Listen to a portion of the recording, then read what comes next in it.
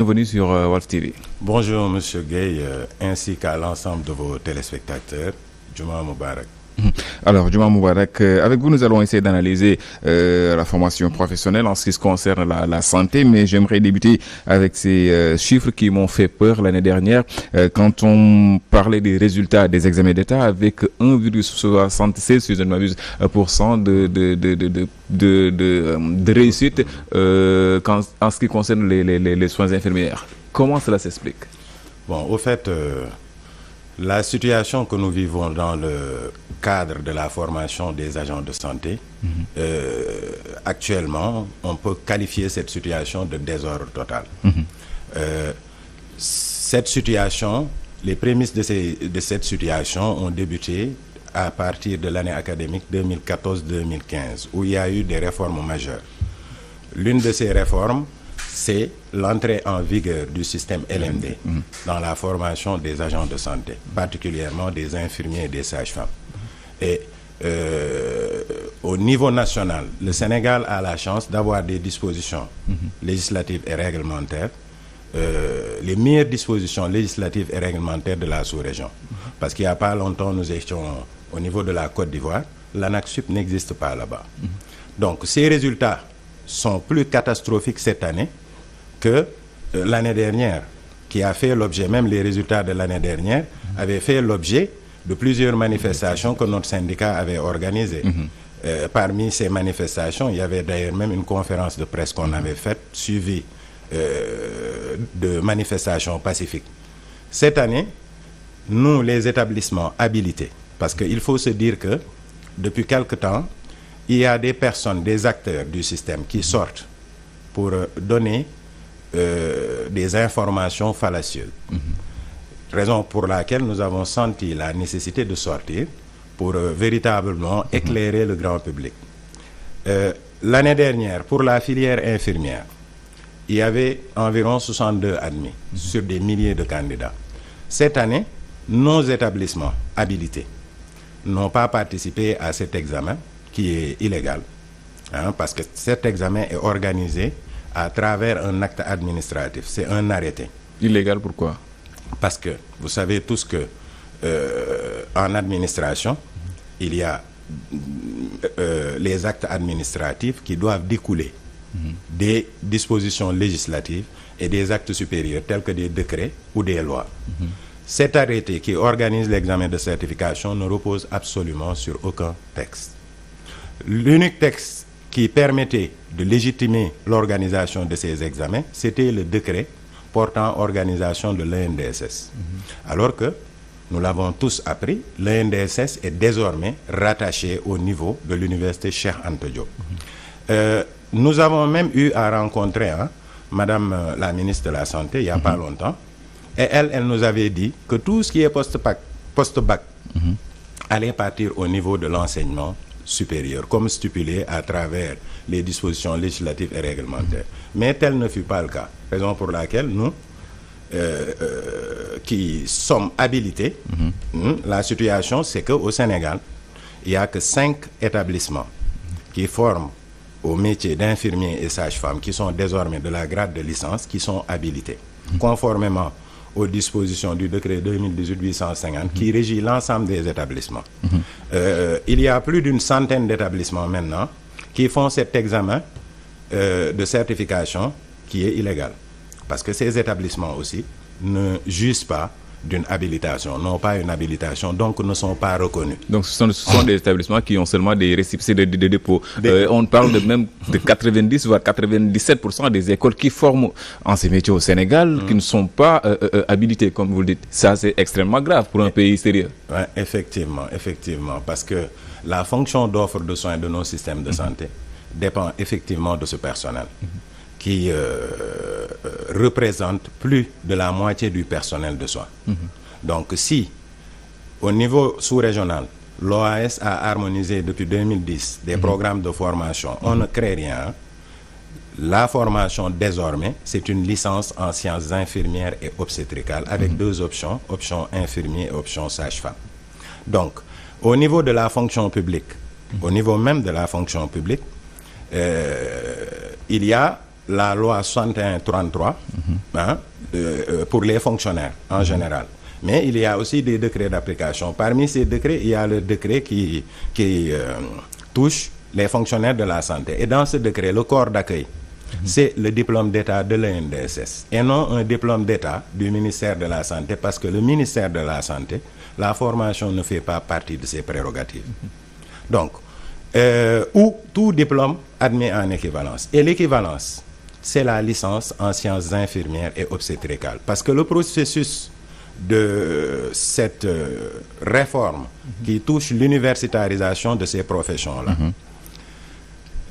au niveau des pays anglo-saxons, il n'y a pas de problème. L'universitarisation de ces professions s'est faite depuis plus d'un siècle.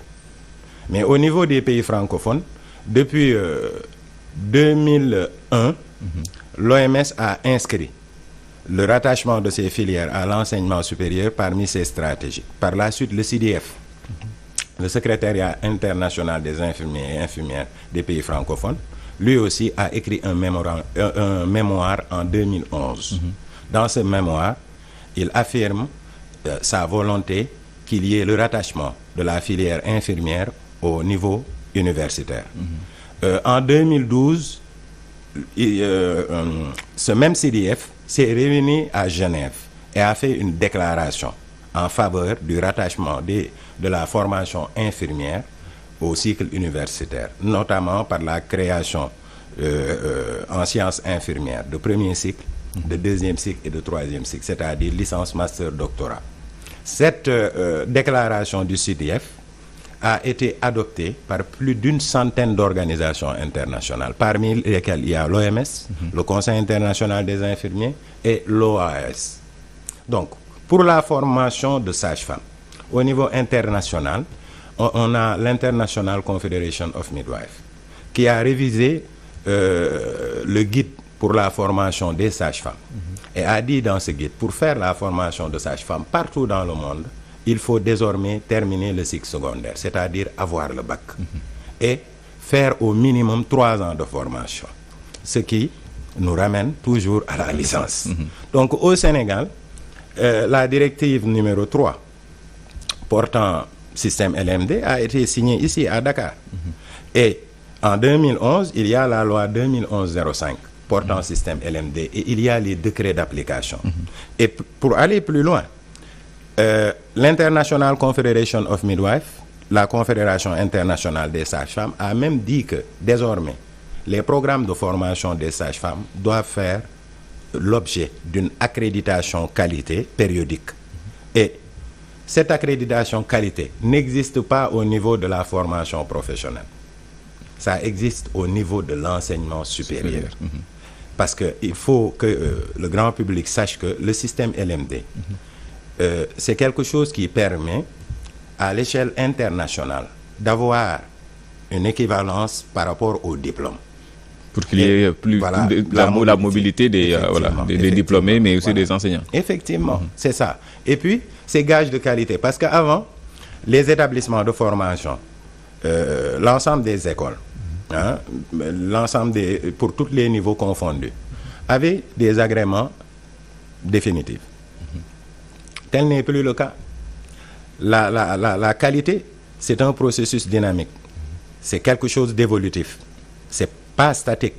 Raison pour laquelle, pour pouvoir contrôler la qualité au niveau des établissements, surtout de l'enseignement supérieur, l'ANAQ-Sup existe et fait des évaluations externes pour voir si l'établissement est conforme aux standards qualité.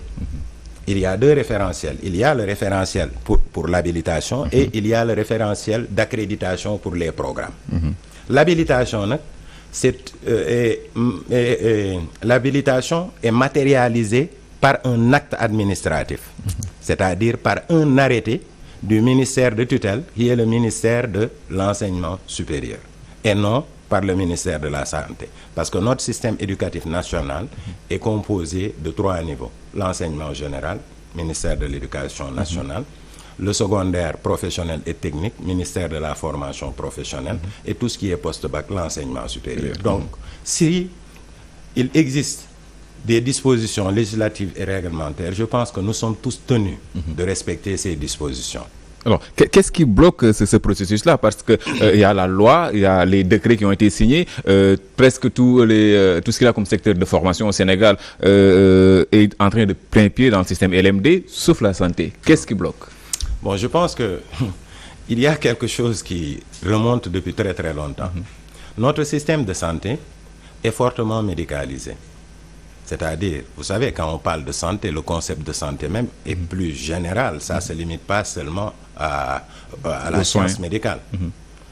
Parce que la définition institutionnelle même de l'OMS, de la santé, c'est un état complet de bien-être. Donc, l'infirmier, lui, son rôle dans cet état de santé, c'est de prendre en charge la personne.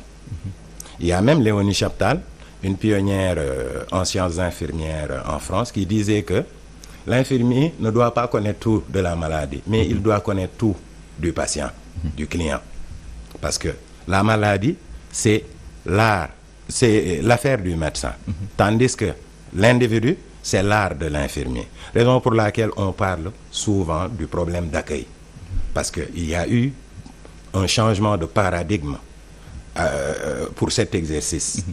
Nous sommes passés du paradigme de la catégorisation au paradigme de l'intégration. De nos jours, nous vivons le paradigme de la transformation, où le patient, le client même, doit être au cœur des décisions prises dans le cadre de sa prise en charge. Donc, il doit y avoir une collaboration. Donc, ce changement de paradigme touche même les besoins actuels en matière de santé, ce qui a fait l'objet de l'harmonisation de ce programme-là par l'OAS. Et dans ce programme, il ne faut pas qu'on dise que le privé ou l'université va former des criminels. Il y en a qui le disent. Et ça, c'est diffamatoire et c'est très grave. Parce que depuis l'indépendance de notre pays à nos jours, tout le monde se plaint du service public au niveau des structures de santé. Et je pense que le rattachement de ces filières à l'enseignement supérieur est une solution. Est une solution parce qu'il y a des garanties en matière de qualité dans la formation désormais. Et je pense que les personnes qui sortent, le plus souvent, ce sont des personnes qui méconnaissent le cadre réglementaire. Et notre rôle à nous, c'est de les éclairer. Il y a d'autres personnes qui sortent pour des intérêts mercantiles. Parce que ce sont des directeurs d'écoles irrégulières, des directeurs d'écoles sans papier. Alors, voilà, donc nous lançons appel en tout cas au ministre de la Santé, comme on l'a toujours fait depuis 2014 à nos jours, pour mettre fin à l'organisation de ces examens de certification qui constituent un non-sens. Alors, Ibrahim Coulibaly, vous dirigez une école qui a une habilitation et ça me fait vos derniers propos font que je dois parler de cette guéguerre entre le COPS et le SIDEPS. Le COPS qui est déjà dans le jury de l'examen de certification du ministère. Le SIDEPS qui regroupe en son sein des établissements habilités qui n'y participent pas. Comment cela s'explique? Voilà, parce qu'au fait, vous savez, quand il y a une réforme, c'est normal qu'il y ait ce peur du changement et qu'il y ait plusieurs interprétations par rapport aux dispositions. Mais il faut se dire que quand il y a des décrets, les décrets vont éclairer les dispositions législatives pour permettre à tout un chacun de se conformer à ces décrets. C'est pas moi qui ai écrit le décret portant statut des établissements privés d'enseignement supérieur. C'est signé par le président de la République. Le décret 2018-850. Ouais. Donc, ce décret-là donne l'ensemble des dispositions qu'un établissement de l'enseignement supérieur privé doit respecter. L'ensemble des membres du SIDEPS, la quasi-totalité, ne respecte pas ces dispositions. Donc, nous faisions partie du COSEPS. Ne respecte pas ces dispositions. Nous faisions partie du COSEPS. Moi, je faisais même partie du bureau du COSEPS. Mais quand tu es avec des personnes qui ne veulent pas voir la réalité en face, mais nous sommes obligés de nous retirer. C'est ce que nous avons fait. Mais disons, dans notre sous-secteur, c'est une grande famille. Mais quand même, il faudrait que les gens puissent savoir que les dispositions législatives, moi je ne suis pas législateur, sont votées à l'Assemblée. Les dispositions réglementaires sont signées par le président de la République. Et par conséquent, que ce soit au niveau public comme au niveau privé, nous sommes tous tenus de respecter ces réglementations. Et puis, nous ne serions pas d'accord dans notre sous-secteur qu'il y ait des hommes d'affaires au sens propre du terme qui sont là rien que pour amasser de l'argent, qui ne comprennent pas l'importance de la mission de service public qu'ils doivent exercer. Donc, ces derniers sont prêts à former en licence, qui est un cycle universitaire, des étrangers, des Sénégalais, qui, en fin de compte, n'auront pas de diplôme. Et nous avons évalué la formation dispensée dans la plupart de ces établissements, mais je peux vous dire que des fois, c'est pas ça aussi. C'est pas notre rôle, certes, mais il faudrait qu'on puisse mener des diagnostics pour essayer de trouver des solutions. Mais quand il y a une réglementation, je pense que tout le monde le sait, la loi est impersonnelle, elle est générale et elle doit être coercitive aussi. Quand il y a 5 même qui respectent et le reste ne respecte pas, il faut que le gouvernement et les autorités compétentes puissent régler cette situation. Parce qu'il faut qu'on sanctionne des fois. Dans nos pays, on ne doit pas rester dans une situation d'impunité totale. Parce qu'il cause préjudice à des milliers de jeunes. Dites-vous bien que cette année, lors de l'examen de certification, nous, on n'a pas participé à cet examen. Il y a eu, pour tout Dakar, rien que 9 étudiants admissibles au premier tour. 9 étudiants pour tout Dakar. Pire que l'année dernière, donc. On peut dire 20 fois plus pire que l'année dernière. 9, parce que nous, on n'a pas participé. Et ça veut tout dire. Les résultats qu'on faisait avant, à l'époque où on participait, c'est ces établissements-là réguliers qui faisaient ces résultats-là. Ibrahim Coulibaly, vous êtes en train de dire aux parents d'étudiants qu'ils jettent leur argent par la fenêtre. Effectivement, il n'y a pas un autre mot. Parce que si tu veux inscrire ton établissement au niveau d'une filière de licence ou de master ou de doctorat, il faut demander à l'autorité compétente. Il faut s'informer au niveau de l'ANAQ-Sup. D'ailleurs, même au niveau du site de l'ANAQ-Sup, il y a l'onglet habilitation pour rechercher les établissements habilités. Il y a l'onglet accréditation pour rechercher les programmes accrédités. Parce que quand un établissement a une habilitation qui est matérialisée par arrêté et l'accréditation de ces programmes, l'ensemble de ces diplômés sont reconnus par la fonction publique, sont reconnus par le secteur privé, sont reconnus partout dans la sous-région et même à l'international. Le diplôme d'État illégal, organisé par le ministère de la Santé, depuis 2017, ils n'osent pas délivrer ce diplôme. Pourquoi? Et ce diplôme a changé de dénomination entre plusieurs fois de dénomination. Dans un premier temps, ils parlaient de diplôme de licence. Par la suite, ils ont parlé de diplôme d'État dénommé licence. Maintenant, ils ont changé cette année encore la dénomination. Ils parlent à nouveau de diplôme d'État.